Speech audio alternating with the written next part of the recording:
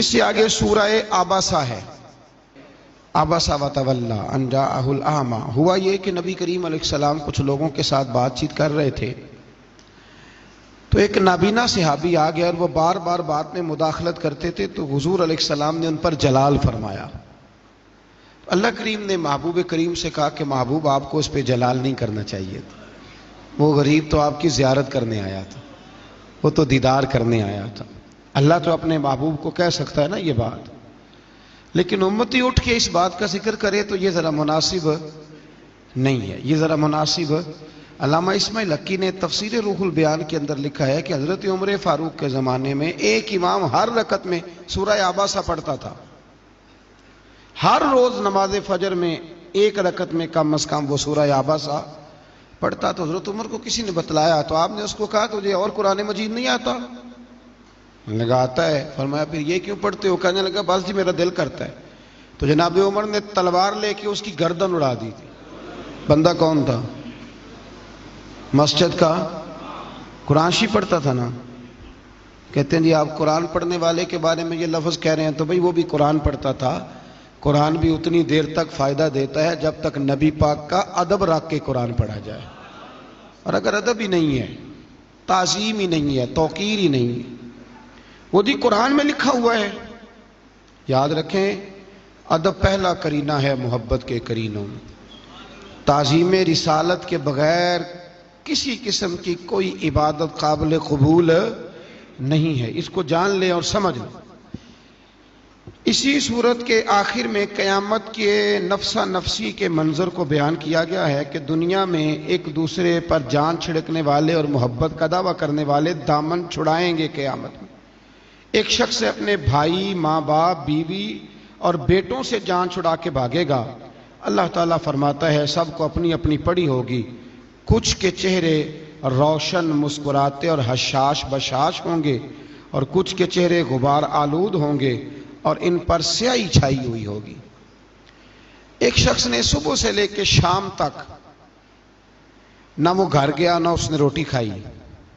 مفسرین نے ایک بات سمجھانے کے لیے لکھی ہے کہ صبح سے لے کے شام تک نہ گھر گیا نہ گھر کی روٹی کھائی نہ بچوں سے ملا، سارا دن ڈیوٹی پہ رہا۔ شام کو جب اسے پیسے ملتے ہیں، تنخواہ ملتی ہے، کتنا خوش ہوتا ہے، پھر وہ اپنے گھر جاتا ہے۔ فرمایا وہ لوگ جنہوں نے دنیا میں ساری طاقتیں ہونے کے باوجود گناہ نہیں کیا، ہر چیز جیب میں ہونے کے باوجود خطا نہیں کی، بچتے رہے، کوشش کرتے رہے، تو قیامت کے دن رب جب انہیں مزدوری دے گا نا، تو پھر ان کے چہرے بھی خوشی سے کھل اٹھیں گے، پھر ان کے چہرے خوشی سے کھل اٹھیں گے، پھر اللہ تبارک و تعالیٰ کے وہ بندے بڑے فرح ہوں گے۔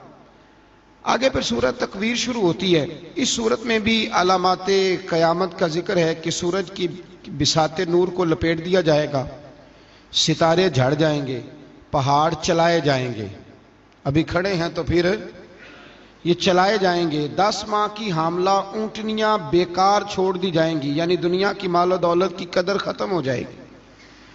عرب کے اندر جب اونٹنی حاملہ ہوتی تھی اور 10 ماہ کی ہوتی تھی تو پھر وہ بڑا دھیان رکھتے تھے، تو قرآن نے مثال دی، یعنی یوں سمجھ لیں کہ 20-20 کلو سونا بھی پڑا ہوگا پر کسی کو پرواہ نہیں رہ جائے گی۔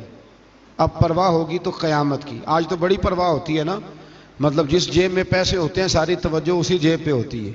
فرمایا اس دن یہ تمہارا عمل ہوگا کہ وہ اونٹنیاں بھی اسی طرح خالی چھوڑ دی جائیں گی، دنیا کی مال و دولت کی قدر ختم ہو جائے گی، وحشی جانور جمع کیے جائیں گے، سمندر بھڑکائے جائیں گے، جانیں ایک بار پھر جسموں سے ملا دی جائیں گی، اور آگے چل کے فرمایا اعمال کے صحیفے پھیلا دیے جائیں گے، دوزخ کو بھڑکایا جائے گا، جنت قریب کر دی جائے گی، اور ہر شخص جان لے گا اس نے اپنی آخرت کے لیے کیا ذخیرہ عمل آگے بھیجا ہے۔ اللہ تبارک و تعالیٰ نے قسم کھا کر قرآن مجید اور نبی پاک علیہ السلام کی رسالت کے حق ہونے کا بیان فرمایا ہے۔ پھر اس سے آگے سورہ انفطار شروع ہوتی ہے۔